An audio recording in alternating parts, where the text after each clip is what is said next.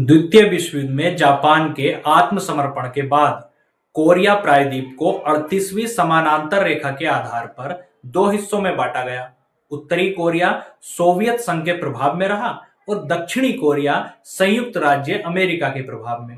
Soviet संघ ने अपने अनुसार वहां एक साम्यवादी सरकार की स्थापना की। सोवियत संघ के समर्थन से किम इल सुंग, जो कि किम जोंग उन के ही दादा थे, वे उत्तर कोरिया में एक कम्युनिस्ट नेता के रूप में उभरे। 9 सितंबर 1948 को किम सुंग ने प्योंगयांग को राजधानी बनाकर Democratic People's Republic of Korea की स्थापना की। सोवियत संघ के समर्थन से 1948 में उत्तर कोरिया में किम सुंग के नेतृत्व में कठोर साम्यवादी शासन स्थापित हुआ। उन्होंने एक व्यक्ति केंद्रित विचारधारा जूचे को बढ़ावा दिया, जो आत्मनिर्भरता और राष्ट्रीय स्वतंत्रता पर जोर देती है। जैसे बौद्ध दर्शन होता है, जैन दर्शन होता है, हिंदू दर्शन होता है, वैसे ही इनका जूचे दर्शन हुआ। किम सुंग ने Democratic People's Republic of Korea के पहले नेता के रूप में सत्ता संभाली और अपना एक अलग पंथ जूचे का निर्माण किया, जिसमें उन्होंने अपनी बुद्धिमत्ता और देशभक्ति की कहानियों को खूब प्रचारित कराया। उत्तर कोरिया के लोगों को ऐसे महसूस करवाया गया कि ये ही भगवान है हमारे। इस हद तक किम सुंग को मानने के लिए वहां के लोगों को प्रेरित किया गया। 1994 में किम सुंग की मृत्यु के बाद उनके बेटे किम जोंग इल ने सत्ता संभाली। किम जोंग इल इस मोटे पेट वाले किम जोंग उन का ही बाप था। इन्होंने भी अपने पिता की नीतियों को जारी रखा और देश पर अपनी पकड़ और मजबूत की। फिर 2011 में ये किम जोंग इल की भी मृत्यु हो गई। उसके बाद उत्तर कोरिया की बागडोर उनके बेटे किम जोंग उन, जो एक काले कोट वाला टेडी बियर है, इसने ही संभाल ली। अब यह किम जोंग उन अपने बाप दादा से भी ज्यादा शैतानी दिमाग वाला निकला। इस मुटके ने अपने चाचा सोंग थेक को जरा से संदेह के कारण फांसी पर लटका दिया था और आज भी ऐसे ही करता है। जिस पर संदेह होता है उसे खत्म कर देता है। किम जोंग उनका बचपन एक रहस्यमय तौर पर स्विट्जरलैंड में बीता। हाँ जी, स्विट्जरलैंड में। वहीं उनकी स्कूली शिक्षा हुई। किम जोंग उन फुटबॉल प्रेमी थे हैं और वहां यह जूरिक के नाम से पढ़े। फिर प्योंगयांग आए और अपने पिता किम जोंग इल के साथ उत्तर कोरिया की राजनीति में एक्टिव हो गए।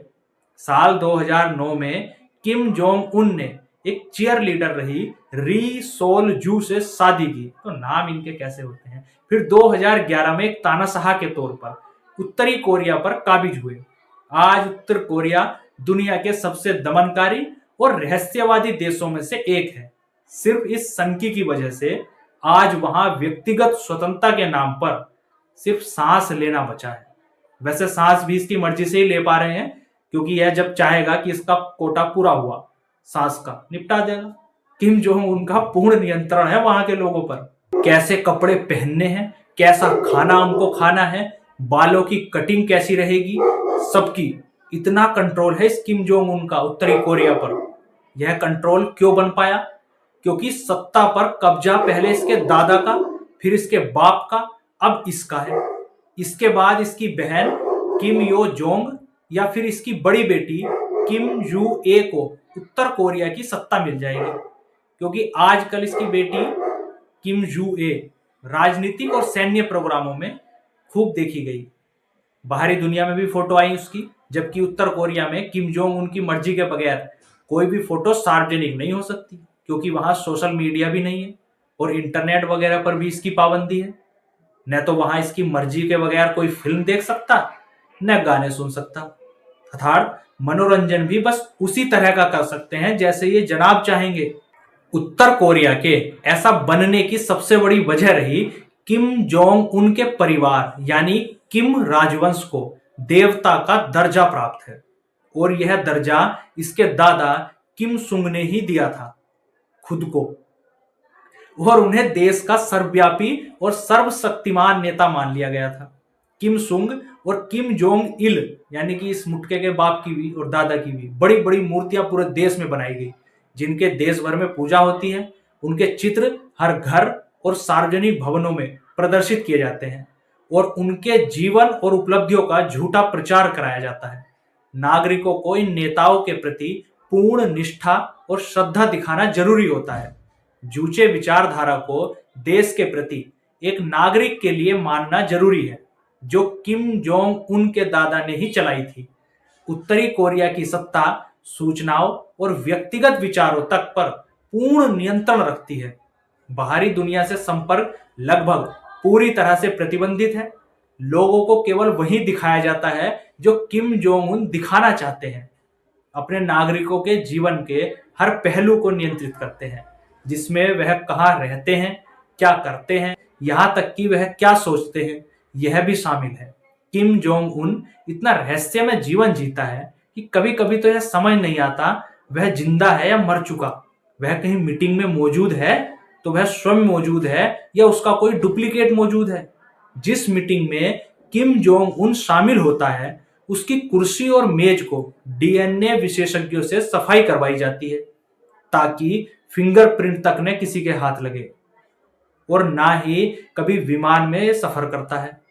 अपनी पर्सनल ट्रेन बनवाई हुई है, जिसे लेकर ही दूसरे देश पहुंच जाता है। वैसे भी रूस और चीन के अलावा कहाँ ही जाता है ये। किम जोंग उन ने जूचे विचारधारा को बढ़ाते हुए ब्यूंग जिन नीति 2013 में अपनाई, जिसका अर्थ है आर्थिक विकास और रक्षा क्षमताओं पर जोर देने वाली नीति, जो परमाणु हथियारों और कारोबार पर जोर देती है। जिसके तहत किम जोंग उन अब तक 6 से भी ज्यादा परमाणु परीक्षण कर चुका है।